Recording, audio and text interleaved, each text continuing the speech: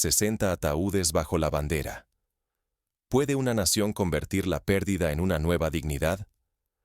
La imagen de esos 60 féretros cubiertos por los colores patrios cruzó el país como una llamarada de dolor. No eran solo números. Eran madres vestidas de luto, calles enmudecidas, un pueblo entero atrapado en un silencio que no sabía si era derrota o determinación. La herida superó cualquier estadística imaginable. Cada féretro, cada nombre, hizo crecer la pregunta y la rabia. Por horas, la nación se midió en madera, tela y lágrimas. El duelo dejó de ser privado y se volvió causa pública, tema de todos. Aquella mañana, el líder no buscó culpables ni agitó discursos de odio. Planteó la pregunta central: ¿quién decide lo que ocurre bajo nuestro cielo cuando nuestra seguridad depende de piezas extranjeras? Advirtió que la soberanía, cuando se alquila o delega, puede pagarse en minutos fatales, no en años. La dependencia tecnológica mostró su precio real. En el tiempo que tarda una señal en cortarse, el destino de decenas de vidas quedó sellado. Los sistemas que debían proteger a la columna se apagaron como si alguien hubiera bajado un interruptor lejos de casa. El duelo se transformó en exigencia nacional. No bastaba con honrar a los caídos. Había que impedir que la dignidad y el futuro se definieran fuera de nuestras fronteras. Si esta pregunta no se responde, el país puede perder mucho más que vidas. Puede perder su derecho a decidir sobre su propio destino. Para entender cómo una nación forja su soberanía desde la adversidad, hay que regresar a ese amanecer, recorrer los hechos y descubrir las raíces profundas de una transformación que va más allá de la tragedia. Todo comenzó antes del desfile, en fábricas silenciosas y despachos donde se apostó el futuro nacional. Allí se gestó la dependencia que ahora exige ser enfrentada. El silencio que siguió a las explosiones no fue solo el eco del combate extinguiéndose. Marcó el nacimiento de una pregunta que aún divide a la nación. Esa mañana, cuando el país se estremeció por la pérdida de 60 vidas, los disparos no sellaron el final, sino que abrieron una incertidumbre imposible de ignorar. Aquella embestida no fue obra del azar, fue el resultado letal de una combinación de tecnología avanzada, táctica quirúrgica y una vulnerabilidad expuesta como nunca antes. Las tropas, habituadas a confiar en sistemas de comunicación extranjeros, quedaron ciegas y sordas en cuestión de minutos. Bloqueos y sabotajes convirtieron radios en ladrillos, drones en fantasmas y órdenes en susurros perdidos. La coordinación se evaporó justo cuando la claridad podía haber salvado vidas. La confianza en dispositivos importados había tejido una falsa red de seguridad. En el momento crítico, esa dependencia se convirtió en una trampa mortal. Cuando la conexión satelital se cortó y las frecuencias se volvieron inútiles, toda la defensa se desmoronó como un castillo de arena frente a la marea implacable de la guerra tecnológica. Meses antes, emisarios occidentales ofrecieron ayuda y transferencia de tecnología, pero a cambio de condiciones que muchos consideraron humillantes. El liderazgo nacional rechazó esa asistencia, priorizando la soberanía sobre cualquier ventaja inmediata. Esta negativa, lejos de resolver el dilema, agudizó la tensión política y técnica, dejando al país aislado ante un ataque sofisticado. Ignorar este trasfondo sería repetir errores costosos. Cada fallo no solo cobró vidas, sino que profundizó la sensación de estar atados a intereses ajenos. La tragedia demostró que depender de tecnología foránea puede ser tan letal como cualquier enemigo visible. El país ahora enfrenta una decisión que va mucho más allá de lo militar. Olvidar la raíz de la catástrofe sería aceptar su repetición, renunciando al derecho a decidir y a la dignidad colectiva. Pero la verdadera encrucijada surgió después. La nación debía elegir entre seguir mendigando ayuda o empezar a forjar su propia defensa, desde cero, con lo que tenía. En los talleres, laboratorios y escuelas, comenzó la búsqueda de respuestas. El país debía reinventarse o resignarse a su fragilidad. En cuestión de minutos, el país descubrió que la seguridad puede evaporarse en un solo instante. Bastó el silencio. Ni radios, ni satélites, ni rutas de comunicación. Sin enlaces, la defensa se desplomó. Los soldados, aislados, se vieron convertidos en blancos sin opción de respuesta. La nada se volvió su único enemigo. La fuerza cohesionada se deshizo al perder los hilos invisibles que la unían. Sin órdenes, sin auxilio, sin mapas en tiempo real, la confusión reinó entre quienes debían ser imbatibles. El ataque fue brutal no solo por su violencia, sino por exponer cuán frágil es confiar en sistemas que no controlas. La nación entera lo sintió. Cada segundo de silencio fue una lección amarga sobre el precio de depender de tecnología ajena y de circuitos inaccesibles. Familias y comerciantes quedaron tan vulnerables como las tropas. Las ciudades, normalmente bulliciosas, se sumieron en un mutismo alarmante. La rutina diaria dejó de existir. El miedo cerró rutas y mercados. La logística se paralizó. La moral cayó en picada. En los hogares, la incertidumbre era total. Sin información, ni siquiera la vida cotidiana era posible. El golpe no distinguió entre soldados y civiles. Fue un sacudón colectivo. El debate estalló en todos los rincones. ¿Cuánto cuesta la ayuda si implica ceder autonomía? Voces en la calle y en los medios dividieron al país. Algunos defendían los sistemas y entrenamientos foráneos como un mal necesario. Otros veían una amenaza directa a la soberanía.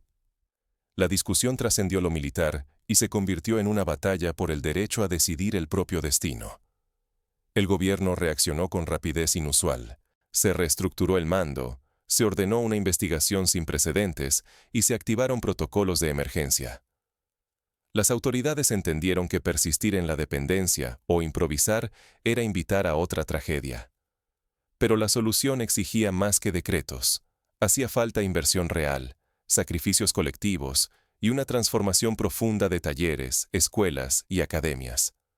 La alternativa era cruda y definitiva. Si el país no cambiaba, perdería no solo vidas, sino el futuro.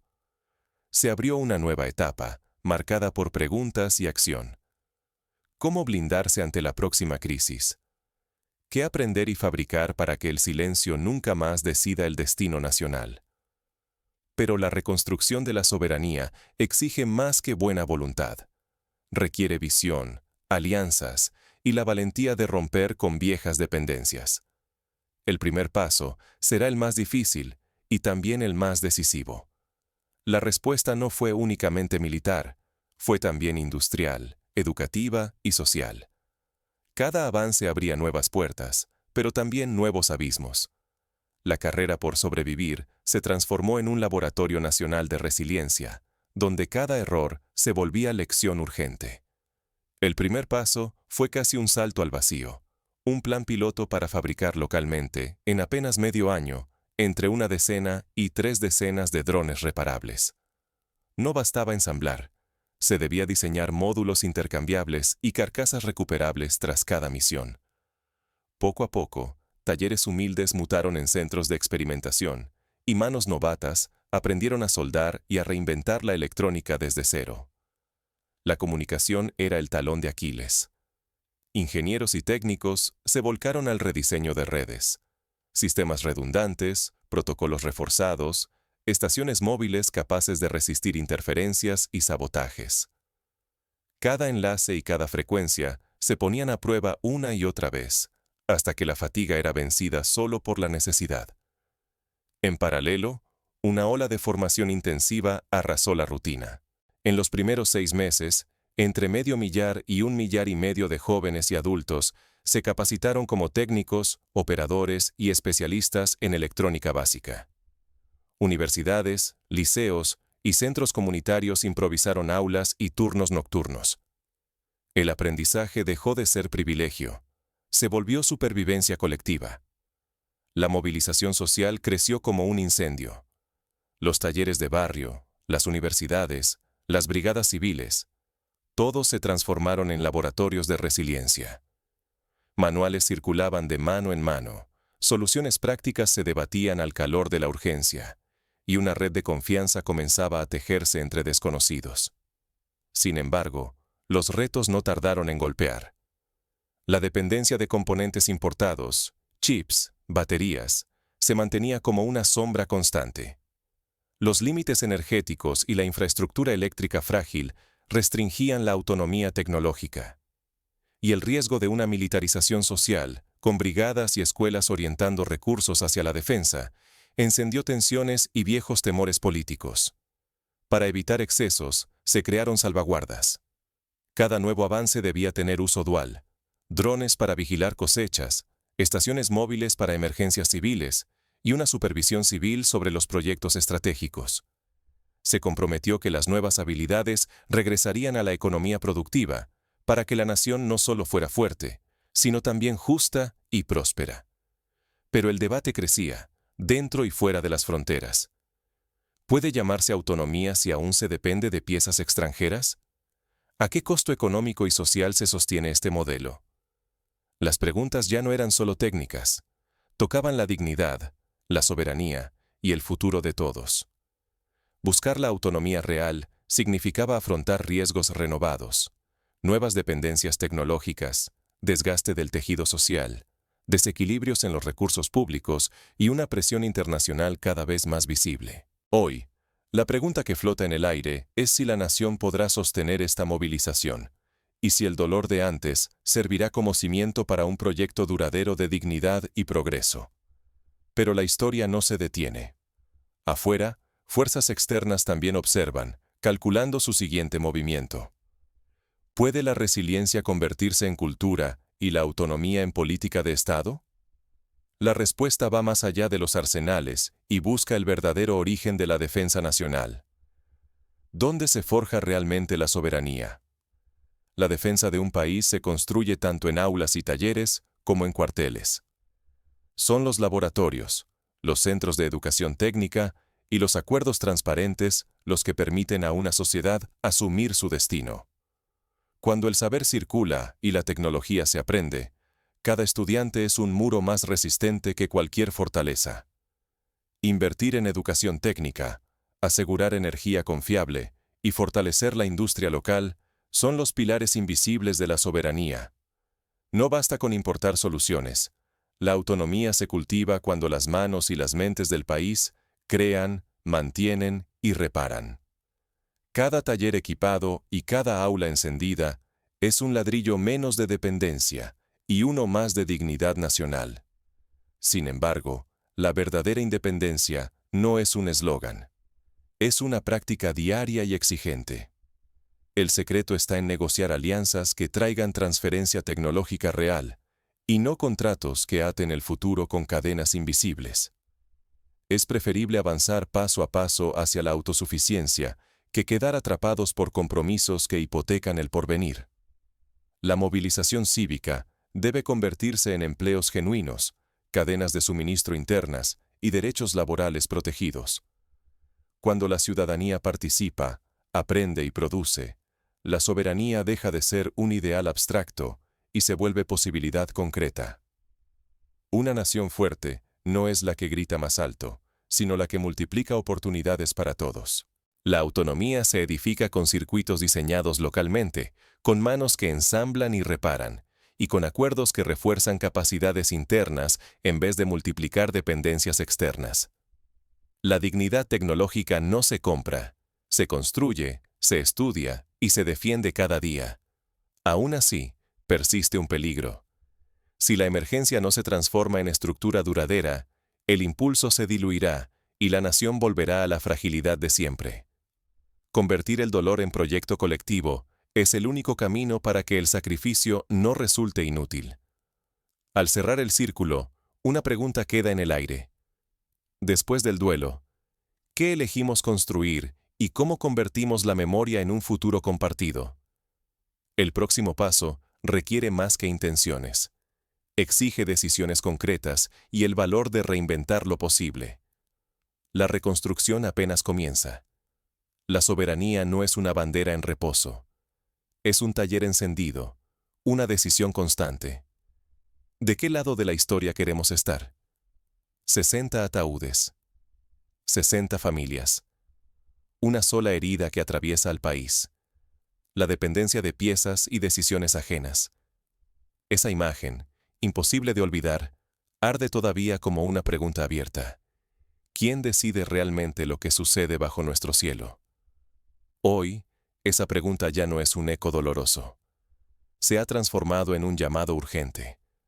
La elección que enfrenta la nación es colectiva y no admite evasivas, dignidad o dependencia, resiliencia o repetición.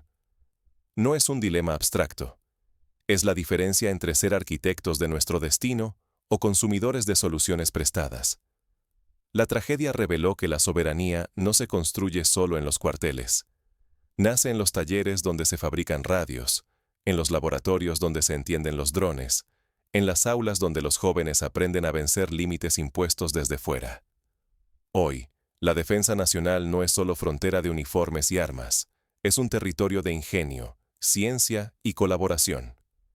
Depender de ayuda externa puede ser cómodo, pero jamás será seguro. La historia enseña que los intereses foráneos son volátiles, sus condiciones, caras. La autonomía tecnológica no es un lujo, es una necesidad vital para cualquier país que aspire a decidir su rumbo en un mundo incierto. Por eso, la resiliencia no se improvisa. Se cultiva en cada ciudadano que aprende, innova y se organiza. Se forja en alianzas auténticas, no en la sumisión disfrazada de cooperación. Y se prueba, sobre todo, en los momentos de crisis, cuando la tentación de resignarse es grande, pero la dignidad exige otra cosa. Hoy, la decisión está en manos de todos. No importa si eres estudiante, obrero o líder. La construcción de la soberanía es una tarea colectiva que empieza en la conciencia y se traduce en acción. No basta con indignarse ante la tragedia. Hay que transformar la reflexión en compromiso real, desde el aula hasta la calle, desde la fábrica hasta el parlamento. La historia juzgará si fuimos una generación que eligió la comodidad del lamento o la incomodidad creativa de cambiar las cosas. Porque la verdadera frontera de la soberanía se traza todos los días, y cada uno de nosotros participa en esa línea. No podemos delegar este desafío ni postergarlo. La nación ya dio el primer paso. Reconoció el costo de la dependencia y comenzó a reinventarse desde adentro. El resto depende de la voluntad de una sociedad para no dejarse vencer por el miedo ni la costumbre. La soberanía nunca es una meta estática. Es un movimiento que exige coraje y memoria. Que la imagen de esos ataúdes no sea el punto final, sino el principio de una nueva etapa. Una etapa donde la resiliencia se construye, la dignidad se defiende y el futuro se diseña con manos propias. Pero la historia de la soberanía y la autonomía no es un fenómeno aislado ni privativo de un solo país.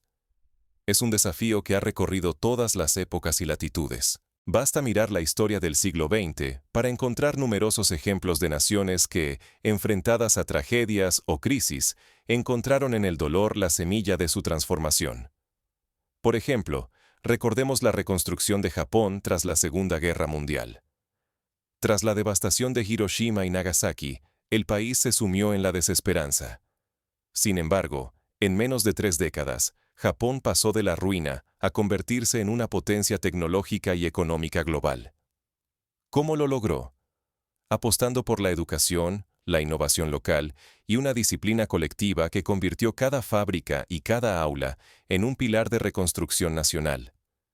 En Alemania, después de la caída del muro de Berlín, la reunificación fue un proceso doloroso, lleno de obstáculos sociales y económicos. Sin embargo, a través de la inversión en infraestructura, la integración de sistemas educativos y la promoción de la industria local, Alemania logró superar las divisiones y consolidarse como la locomotora económica de Europa. Estas experiencias muestran que el camino hacia la autonomía y la dignidad nacional siempre requiere sacrificios, pero también decisiones inteligentes y visión de futuro. En América Latina, países como Brasil y México enfrentaron grandes desafíos en la creación de industrias propias en sectores estratégicos como la aeronáutica y la energía. Brasil, por ejemplo, apostó por el desarrollo de la aviación local con la creación de Embraer, que hoy compite globalmente. México, durante el siglo XX, nacionalizó su petróleo para asegurar que los recursos energéticos fundamentales no estuvieran sujetos a intereses extranjeros. Sin embargo, estos logros no fueron automáticos ni exentos de conflictos internos y presiones externas. Cada paso hacia la soberanía estuvo marcado por debates, tensiones y el constante dilema entre abrirse al mundo o proteger los intereses nacionales. Volviendo a nuestra historia, ¿qué pasos concretos pueden seguirse para evitar que la tragedia se repita y para convertir la resiliencia en una cultura nacional? El primer paso es fortalecer la educación técnica y científica desde las edades más tempranas. No se trata solo de enseñar a usar dispositivos, sino de comprender cómo funcionan, cómo repararlos y cómo mejorarlos. Por ejemplo, Finlandia, conocida por la excelencia de su sistema educativo, inicia la formación tecnológica y de resolución de problemas desde la escuela primaria. Así, cada ciudadano se convierte en un potencial innovador y solucionador de crisis. El segundo paso es crear incentivos para la investigación y el desarrollo dentro del país. Esto significa invertir en laboratorios, financiar proyectos de jóvenes inventores y premiar las soluciones locales a problemas nacionales. En Israel, un país que ha enfrentado amenazas constantes, la inversión estatal en ciencia y tecnología ha permitido desarrollar sistemas de defensa propios, como el Domo de Hierro, que hoy es referencia mundial. Esta autonomía es resultado directo de la combinación entre talento local, inversión pública y visión a largo plazo. El tercer paso es diversificar las alianzas internacionales, buscando acuerdos que permitan transferencia de conocimiento y no solo de productos terminados. Por ejemplo, Corea del Sur, tras la guerra de los años 50, apostó por alianzas estratégicas que exigían a las empresas extranjeras formar a ingenieros locales y establecer fábricas en el país. Hoy, Corea del Sur es líder en tecnología, y su independencia se debe a decisiones tomadas hace más de medio siglo. En el ámbito industrial, la promoción de pequeñas y medianas empresas tecnológicas es esencial. Estas empresas pueden adaptarse rápidamente a los cambios y necesidades del entorno y suelen ser más flexibles que las grandes corporaciones. Además, generan empleos de calidad y fomentan el arraigo local. Un ejemplo cercano es el auge de las startups en Estonia, donde la digitalización del Estado y el apoyo a la innovación han convertido al país en un referente en gobierno electrónico y seguridad cibernética. A nivel social, es necesario fortalecer la cohesión y la confianza en las instituciones. La historia demuestra que los países que han superado crisis profundas lo han hecho cuando la sociedad confía en sus líderes y está dispuesta a asumir sacrificios en nombre de un bien común. Esto se logra con transparencia, participación ciudadana y una narrativa nacional que valore el esfuerzo colectivo por encima de los intereses individuales. Por supuesto, la autonomía no significa aislamiento. En un mundo globalizado, la colaboración internacional es inevitable y muchas veces deseable. Sin embargo, la clave está en negociar desde la fortaleza y la dignidad, no desde la necesidad o la desesperación. Cada alianza debe evaluarse cuidadosamente. ¿Trae beneficios reales y duraderos o solo refuerza nuevas formas de dependencia? En momentos de crisis, la sociedad debe estar lista para movilizarse y adaptarse. Esto implica planes de contingencia que incluyan simulacros, formación continua y la creación de redes de solidaridad. En Cuba, por ejemplo, durante el llamado Período Especial, la escasez de recursos tras la caída de la Unión Soviética obligó a la población a encontrar soluciones creativas para sobrevivir. Huertos urbanos, bicicletas, energías alternativas. La resiliencia se construyó día a día con ingenio y colaboración. Además, la memoria histórica es fundamental. Recordar los errores y los sacrificios del pasado permite construir un relato nacional que sirva de guía en el presente. Alemania, tras la Segunda Guerra Mundial, instituyó la memoria del Holocausto y la reconstrucción como pilares de su identidad. De la misma manera, cada país debe encontrar sus propias formas de honrar a los caídos y de aprender de las tragedias para no repetirlas. En el ámbito político, la descentralización de la toma de decisiones puede fortalecer la resiliencia. Cuando las comunidades locales tienen voz y recursos, pueden responder mejor a los desafíos inmediatos y proponer soluciones adaptadas a sus realidades. Esto también reduce la distancia entre el poder y la ciudadanía, y previene la concentración de errores o corrupciones fatales. Desde el punto de vista económico, diversificar las fuentes de ingreso y las cadenas de suministro es vital. Depender de un solo sector o de un solo socio comercial es peligroso. Los países que han logrado prosperar tras crisis graves, como Singapur, han apostado por la diversificación y la apertura inteligente, siempre protegiendo los sectores estratégicos. Ahora bien, ¿cómo se traduce todo esto en el día a día de una nación golpeada por la tragedia? Imaginemos una ciudad donde, tras la crisis, el gobierno local organiza ferias de innovación para que estudiantes, técnicos y emprendedores presenten soluciones a problemas de comunicación, energía y transporte. Los mejores proyectos reciben apoyo para convertirse en empresas o cooperativas. Así, la reconstrucción es también una oportunidad para generar empleo y fortalecer el tejido social. Pensemos en una escuela donde, tras la conmoción nacional, se implementan talleres obligatorios de robótica, electrónica y ética tecnológica. Los estudiantes no solo aprenden a programar o ensamblar, sino a discutir los dilemas éticos de la autonomía, la privacidad y la seguridad. De este modo, la nueva generación se forma no solo como técnicos, sino como ciudadanos críticos y responsables. En el campo, los agricultores reciben kits de tecnología básica para monitorear sus cultivos y sistemas de alerta temprana contra desastres. Estas herramientas, diseñadas y fabricadas localmente, les brindan autonomía y reducen la vulnerabilidad ante eventos climáticos o interrupciones externas. Así, la soberanía tecnológica tiene un impacto directo en la seguridad alimentaria y en la vida cotidiana. En las fábricas, los trabajadores participan en programas de mejora continua y en la adaptación de maquinaria importada a las condiciones locales. Se promueve la formación de sindicatos y gremios técnicos que defienden los intereses de los trabajadores y garantizan que los beneficios de la innovación lleguen a toda la sociedad. En la administración pública, se crean observatorios de soberanía tecnológica y comités de vigilancia ciudadana que evalúan los contratos con proveedores extranjeros. Así, la transparencia y la rendición de cuentas se convierten en herramientas para prevenir nuevas dependencias y para asegurar que cada decisión favorezca el interés nacional. Por último, los medios de comunicación juegan un papel crucial en la educación y en la vigilancia. Informar sobre los riesgos de la dependencia y sobre los éxitos de la autonomía motiva a la ciudadanía a participar y a exigir políticas responsables. Ejemplos como los documentales de la BBC sobre la reconstrucción británica tras la Segunda Guerra Mundial muestran el poder de la información en la construcción de una cultura de resiliencia. La pregunta sigue abierta. ¿Puede una nación convertir el dolor en dignidad, la crisis en oportunidad, la dependencia en autonomía? La respuesta depende de la capacidad de aprender, de organizarse y de actuar con visión de largo plazo.